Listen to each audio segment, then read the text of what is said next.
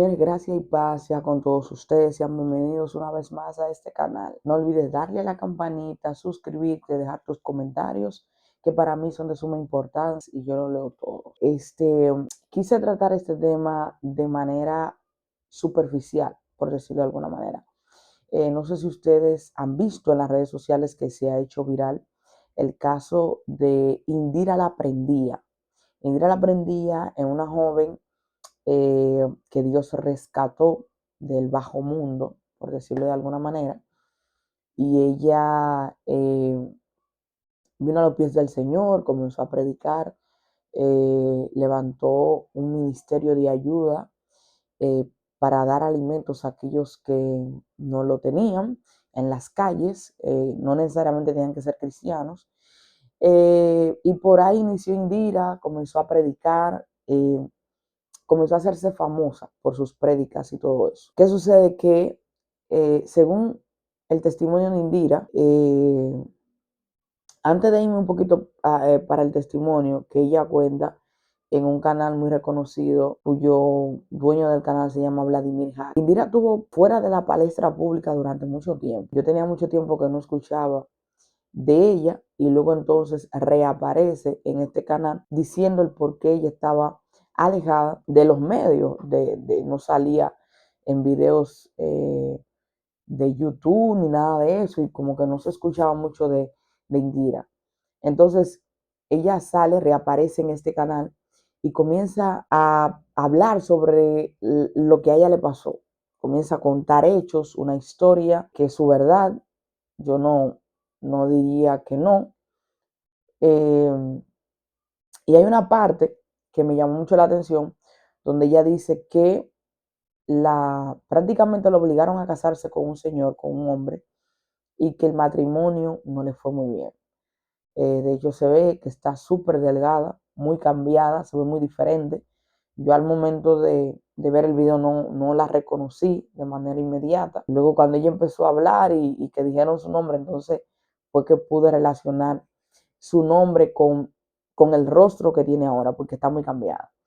Entonces ella cuenta, empezaron a tener revelaciones con ella, de que ella se casaba con este señor, de que ese era el hombre que Dios había determinado para ella. Ella en ese momento prácticamente no va creyente, estaba en ese primer amor, como nosotros le llamamos, donde estaba muy enfocada en lo que era lo de Dios. Simplemente aceptó la palabra que Dios le estaba dando a través de muchas personas. Incluso habla que a través de su líder, quien era su pastor en ese momento, el Señor le habló, que tuvo una revelación, tuvo un sueño de que ese era el hombre indicado para ella casarse. Ella se casa, no le va bien en el matrimonio, y luego cuando entonces ella empieza, vamos a decir, a pedir ayuda, ¿verdad?, a las autoridades y a pedir ayuda a tanta gente, que ella le extendió la mano en un momento y que esas personas también profetizaron que ese matrimonio era de parte de Dios. Pues entonces ella dice que simplemente esa gente se alejaron de ella y no quisieron, vamos a decir, brindarles ayuda. Escuché a una persona hablar en un video, no sé si eran de la misma línea, pero él dice que a ella nadie la obligó, que a ella no le pusieron una pistola en la cabeza para casarse. Entonces ahí es que yo entro, y por eso le pongo el título a este video: presión y manipulación dentro de la iglesia.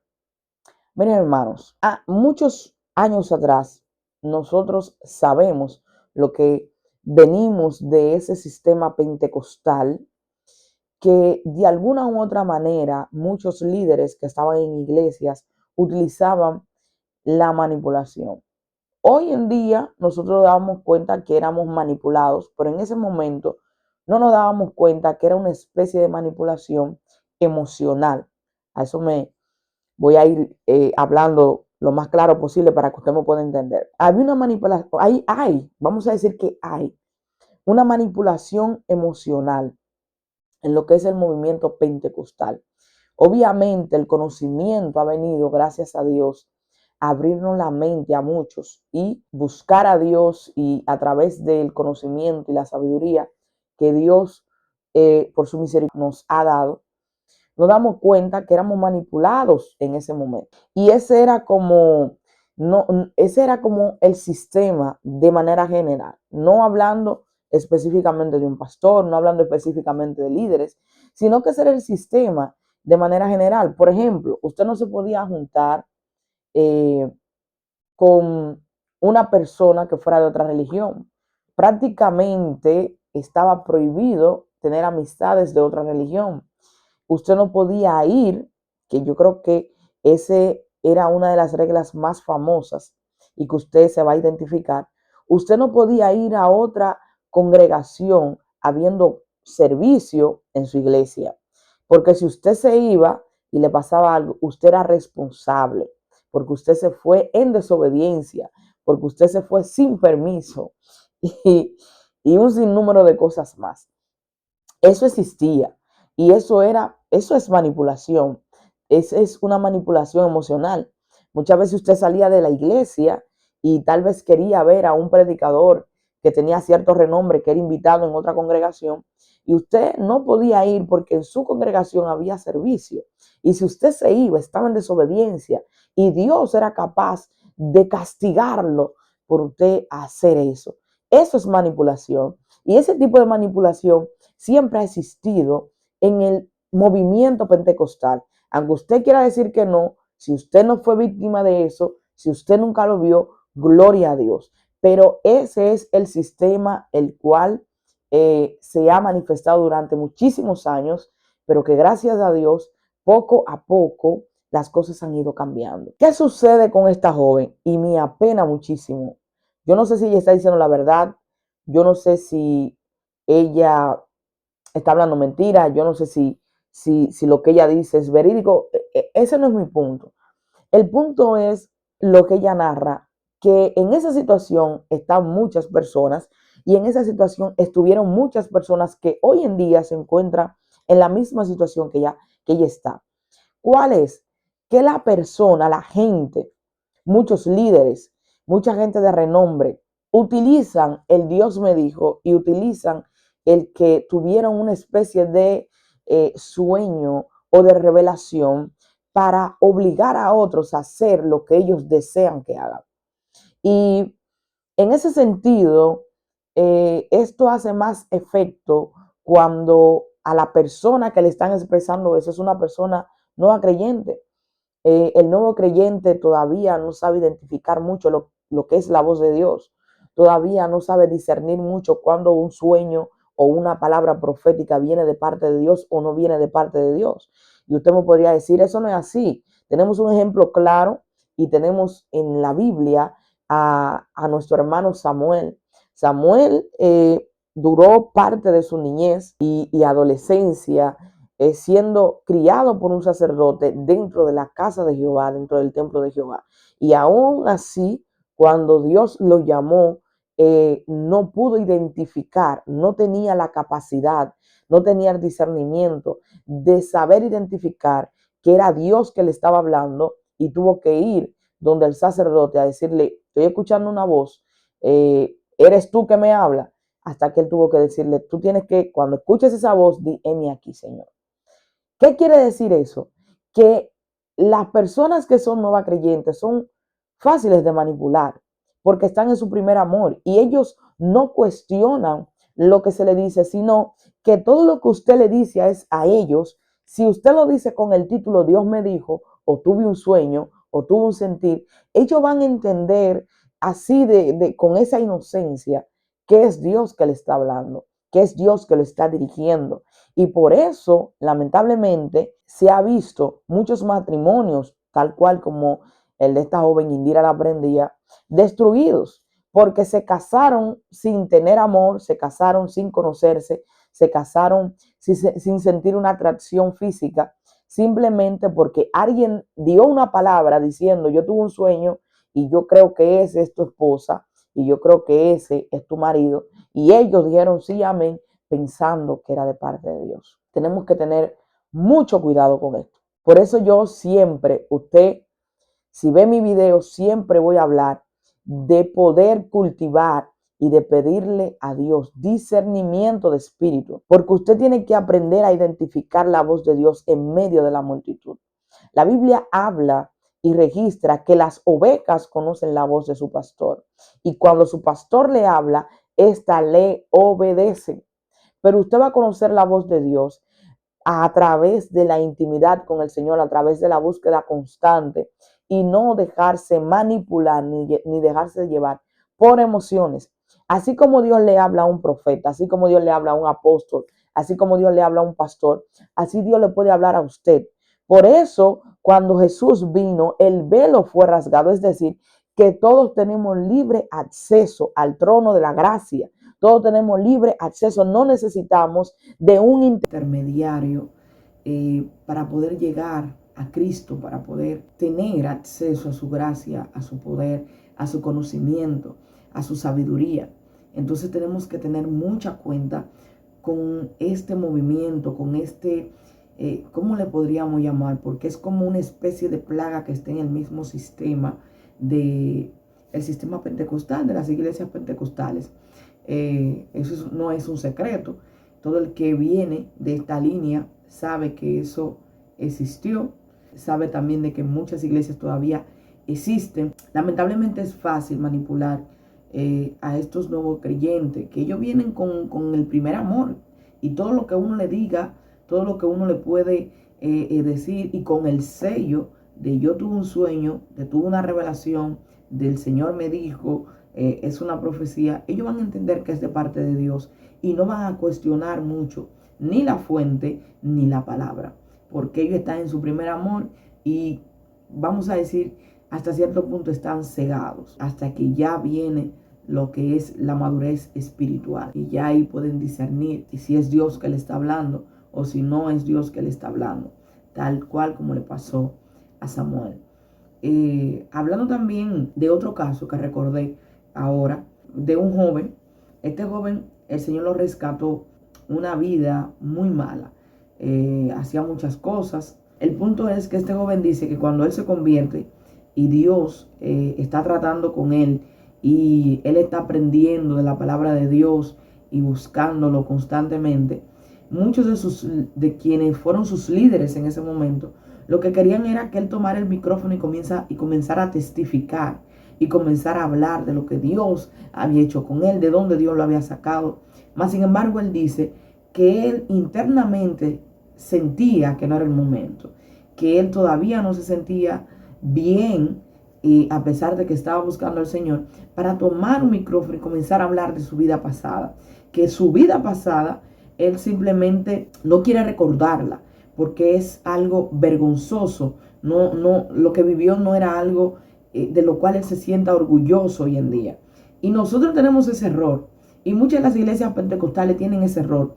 Entiende de que mientras peor haya sido tu vida en el mundo, como le decimos, cuando tú vienes a los pies de Cristo, que el Señor trata contigo, tú tienes que hablar de eso, tú tienes que testificar, tú tienes que decir lo que tú hacías en el mundo, tú tienes que decir cuál era la mala vida que tú tenías, porque eso le da peso a tu vida espiritual, porque eso le da a entender a la gente de dónde Dios te sacó.